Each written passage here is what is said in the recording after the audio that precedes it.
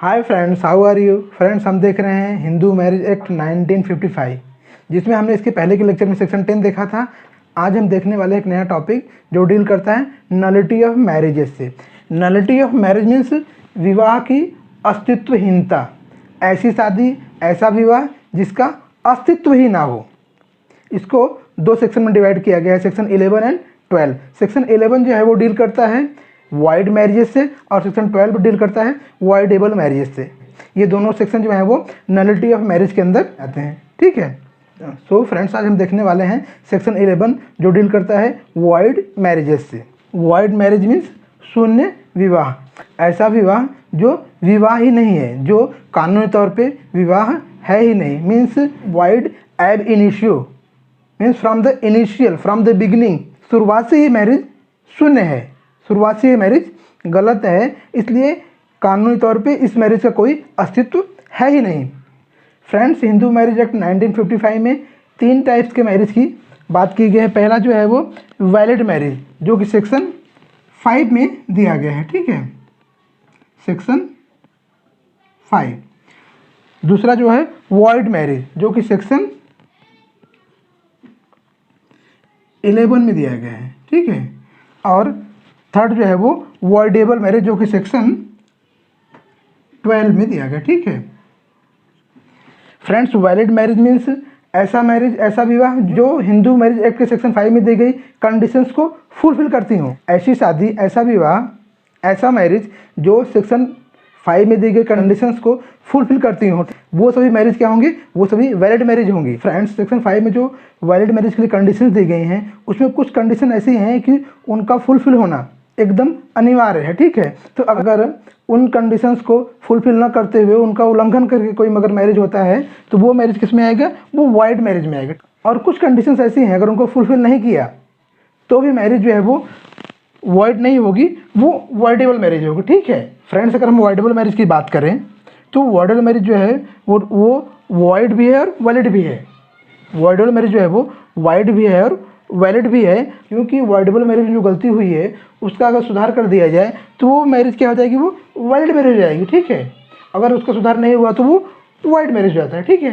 तो सेक्शन 5 में जो वैलिड मैरिज की 5 कंडीशन दी गई हैं, उसमें क्लॉज 1, 4 और 5 का उल्लंघन हुआ तो वो मैरिज क्या होती?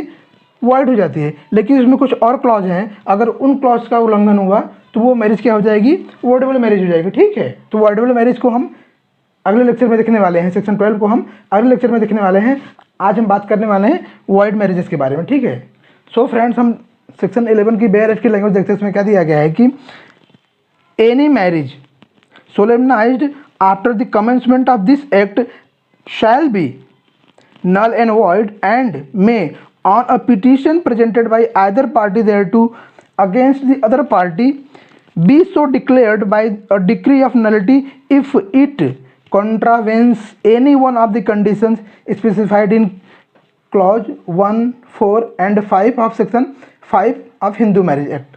So friends, इस सेक्शन में क्या दिया गया है कि any marriage solemnized after the commencement of this act, इस सेक्शन में क्या दिया गया है कि अगर कोई मैरिज इस एक्ट के कमेंसमेंट के बाद होती है, मीन्स हिंदू मैरिज एक्ट 1955 के कमेंसमेंट के बाद अगर कोई मैरिज परफॉर्म होती है, फ्रेंड्स, से क्या समझ में आता है कि ये जो सेक्शन है इसका जो इफेक्ट है वो प्रॉस्पेक्टिव है। इसका इफेक्ट कैसा है? प्रॉस्पेक्टिव है।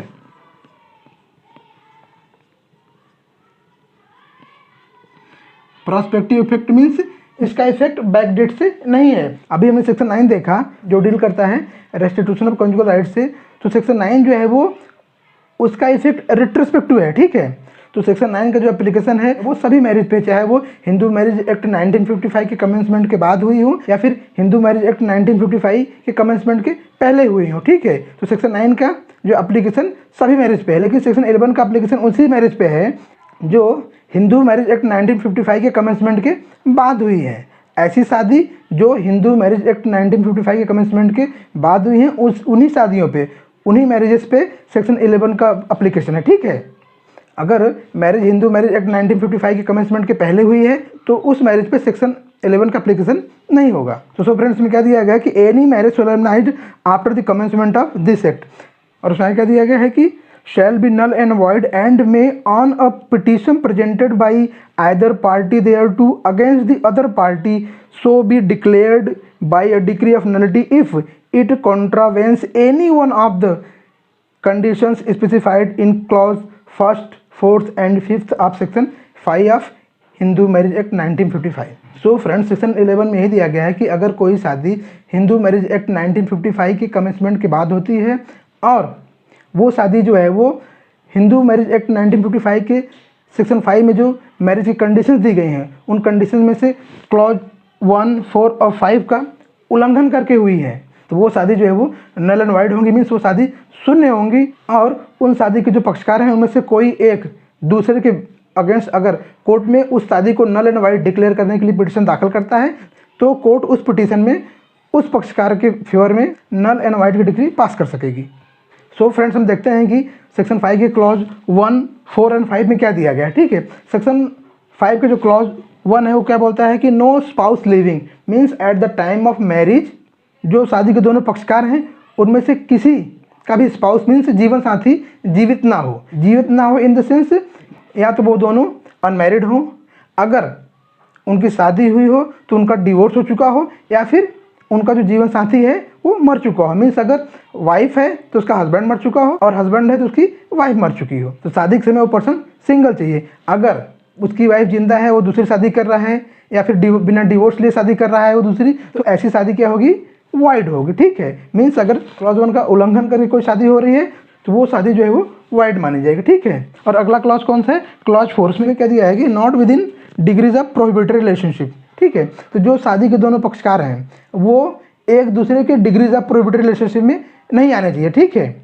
अगर वो दोनों एक दूसरे के डिग्रीज ऑफ प्रोहिबिटेड रिलेशनशिप के अंदर आते हैं तो उनमें शादी संभव नहीं है। और अगर कोई डिग्री ऑफ प्रोहिबिटेड रिलेशनशिप में होते हुए मैरिज करता है तो वो मैरिज भी वाइड मैरिज मानी जाएगी। ठीक है, अगला क्लॉज क्या है, क्लॉज 5, उसमें क्या दिया गया कि not sapindas of each other means शादी के जो दोनों पक्षकार हैं वो एक दूसरे के सपिंडास नहीं होने चाहिए। ठीक है, वो एक दूसरे के सपिंडास नहीं होने चाहिए। अगर वो एक दूसरे के सपिंडास हैं तो भी उनमें मैरिज संभव नहीं है। और अगर कोई एक दूसरे का सपिंडास होते हुए मैरिज करता है तो वो मैरिज भी वाइड मैरिज मानी जाएगी। ठीक है, और ये वाइड मैरिज होती है ये वाइड एब इनिशियो होती हैं, मीन्स शुरुआत से ये मैरिज ये गलत होती है। मैरिज का कानूनी तौर पे कोई अस्तित्व नहीं रहता, इसीलिए इन्हें शून्य विवाह कहा गया है।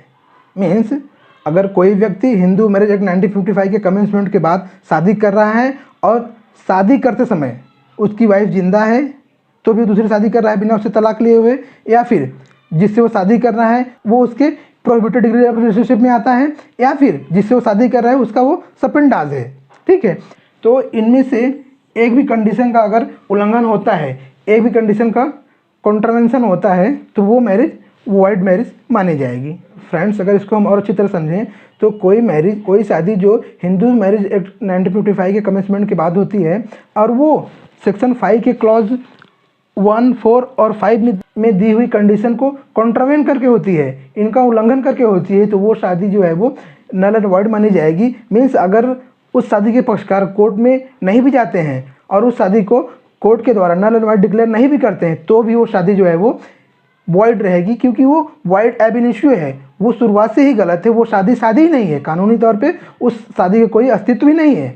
और अगर उस शादी के पक्षकार जो हैं चाहे हस्बैंड वाइफ के अगेंस्ट या फिर वाइफ हस्बैंड के अगेंस्ट कोर्ट में जाती है और कोर्ट में उस शादी को नल एंड वाइड डिक्लेयर करने के लिए पिटिशन दाखिल करती है तो कोर्ट जो है उस पिटिशन में नल एंड वाइड की डिग्री पास कर सकेगा। ठीक है फ्रेंड्स, इसमें एक और इम्पॉर्टेंट बात है, सपोज ए ने बी से मैरिज की, कैसे मैरिज की, हिंदू मैरिज एक्ट 1955 के